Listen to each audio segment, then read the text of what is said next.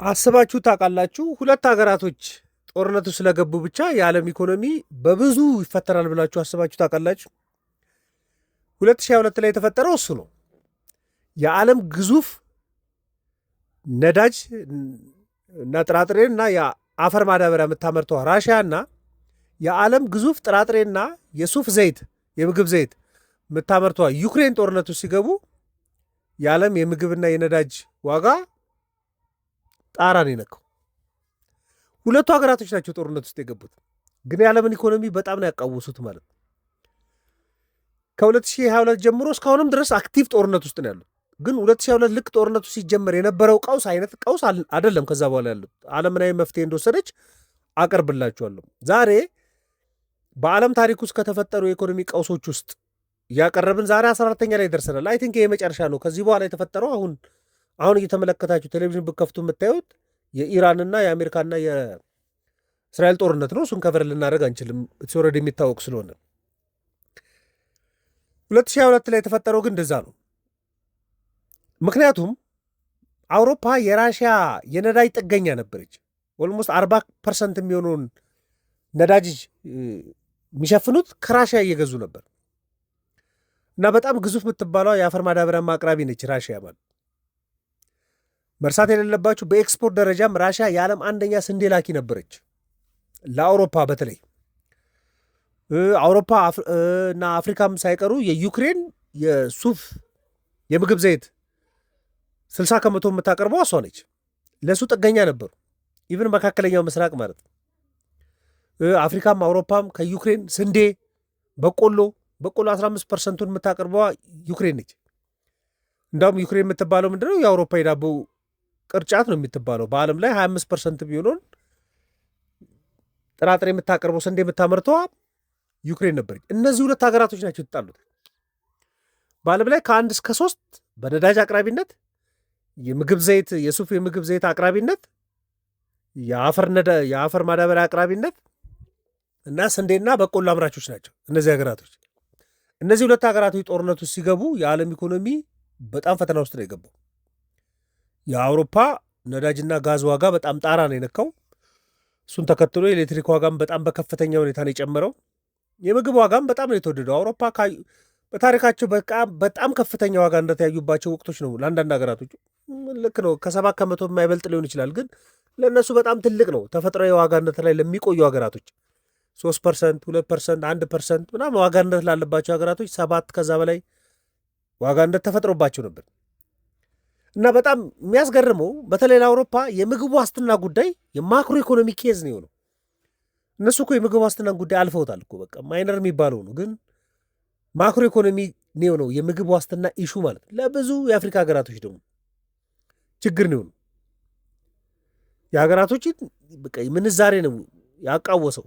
ምክንያቱም ከዩክሬንን መግዛት የማይችሉበት ሁኔታ ተፈጠረ፣ ከራሽያ መግዛት የማይችሉበት ሁኔታ ተፈጠረ። ከሩቅ ቦታዎች ላይ ለመግዛት እንኳን ያላቸውን ክምችት ለመጠቀም በጣም ችግር ውስጥ ነው የወደቁት።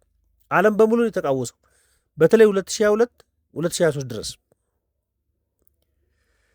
በዚህም ጦርነት በተመሳሳይ ዓለም ያስብ የነበረው ምንድን ነው? ኢፊሸንሲ ላይ ነው። ሁሉም ሀገር ያስብ የነበረው ኢፊሸንሲ ነው። በቃ ጥሩ ካመረኩ የሚለውን ነገር ግን አሁን ሪዝለንት የሚባለው ሀሳብ ኮቪድም የተማረው እሱን ነው። አሁን ድጋሚም ራሽያና ዩክሬን ጦርነት ላይ ዓለም የሚያስተናግደው እሱን ነው። የማይበገር ሆኖ መገኘት የሚቻለው እንዴት ነው?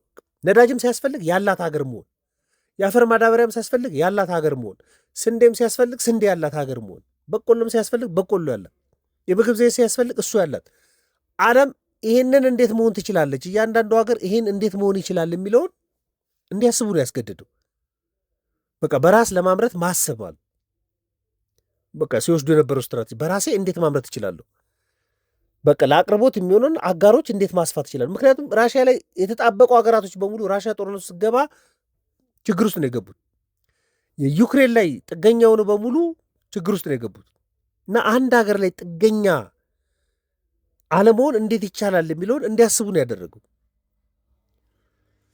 ይሄ ስልት በራስ ለማምረት መሞከር በጣም ጥሩ ሊሆን ይችላል። ወጪው በጣም ከፍተኛ ነው፣ ግን ሪስክ ሊቀንስ ይችላል።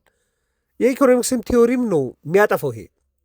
በኢኮኖሚክስ ሀገራቶች በቃ ኮምፓራቲቭ አድቫንቴጅ ያላቸውን ማምረት ያለባቸው። በቃ የተሻለ ማምረት እችለዋለሁ ብለው በዝቅተኛ ወጪ ማምረት እችለዋለሁ፣ በጥሩ ሁኔታ አመርተዋለሁ የሚለውን ብቻ ያምርቱ፣ ሌላውን ግን ይግዙ ነው ቲዮሪው የሚለው።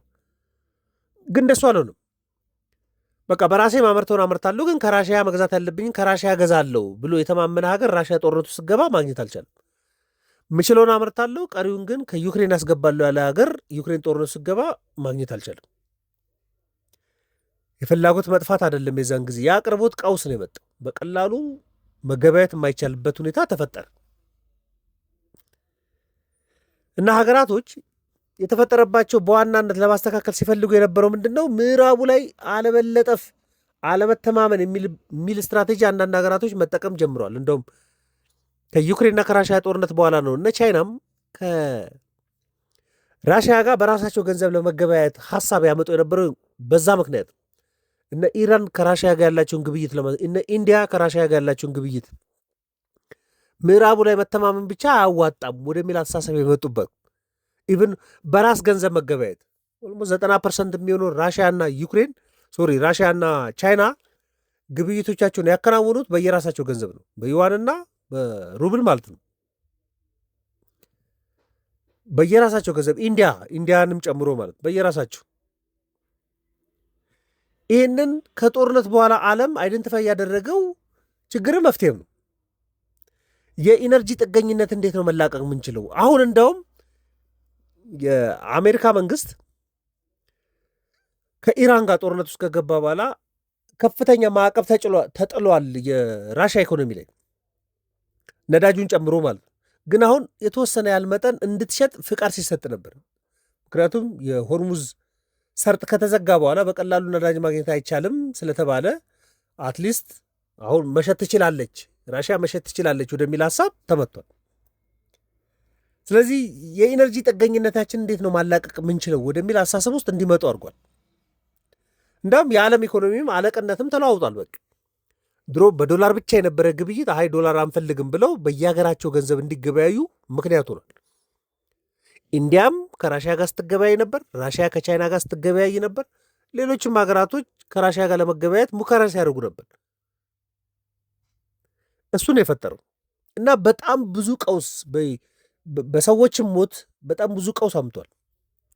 ከራሽያ ወደ 400,000 ሰዎች እንደሞቱ ነው የሚነገረው። ከዩክሬን ወደ 300,000 ሰዎች፣ በጣም በከፍተኛ መጠን ማለት ነው። እንደውም የዩክሬን ጠቅላላ ሀገራዊ ምርት በ40% እንደቀነሰ ነው የሚነገረው። የራሽያ ደግሞ በጣም ብዙ ማዕቀቦች ተጣለበት ኢኮኖሚ ላይ። ግን 2022 ድረስ ነው ተጽዕኖ። ከዛ በኋላ ደግሞ ዓለም መፍትሄ ለመፈለግ ጥረት አድርጓል። በተወሰነ መልኩ ደግሞ መፍትሄም አግኝቷል። ምንድን ነው ያደረጉት? ከራሽያ የገዙ የነበሩ የአውሮፓ ሀገራቶች በሙሉ ማዕቀብ ስለተጣለ ከራሽያ ጋር መገበያየት አይችሉም። ጦርነቱ ስላለ ብቻ አይደለም። ራሽያ ጦርነቱም እያለ ንግድ ታከናውን ነበር ከቻይና ጋር። አውሮፓ ሀገራቶች ከራሽያ መግዛት ይችላሉ። ጦርነቱ አውድሞት ጦርነቱ ከልክሎ አይደለም፣ ግን ማዕቀቡ ከራሽያ መግዛት የሚችሉበት ሁኔታ አልፈጠረም። ለምዕራቡ ስለሚያዘነብሉ ማለት ነው። ግን ምን ማድረግ ጀመሩ? ከራሽያ ይወስዱ የነበረውን ነዳጅ ከአሜሪካ ከኳታር መግዛት ጀመሩ። አማራጭ ገበያ ፈለጉ። በሱ ነው ለማገገም የሚሞክሩት። አሁንም ድረስ ያላገገሙ ሀገራቶች አሉ በጦርነቱ ምክንያት። ነገር ግን አንዳንድ ሀገራቶች ጦርነቱን የሁለቱ አድርገው ሌላ ኢኮኖሚያቸው ውስጥ ገብተዋል። ለምሳሌ እህል ከራሽያም ከዩክሬን የሚገዙ የነበሩ ሀገራቶች አሁን ፊታቸውን አዙረዋል። ከአሜሪካ ይገዛሉ፣ ከብራዚል ይገዛሉ፣ ከኢንዲያ ይገዛሉ።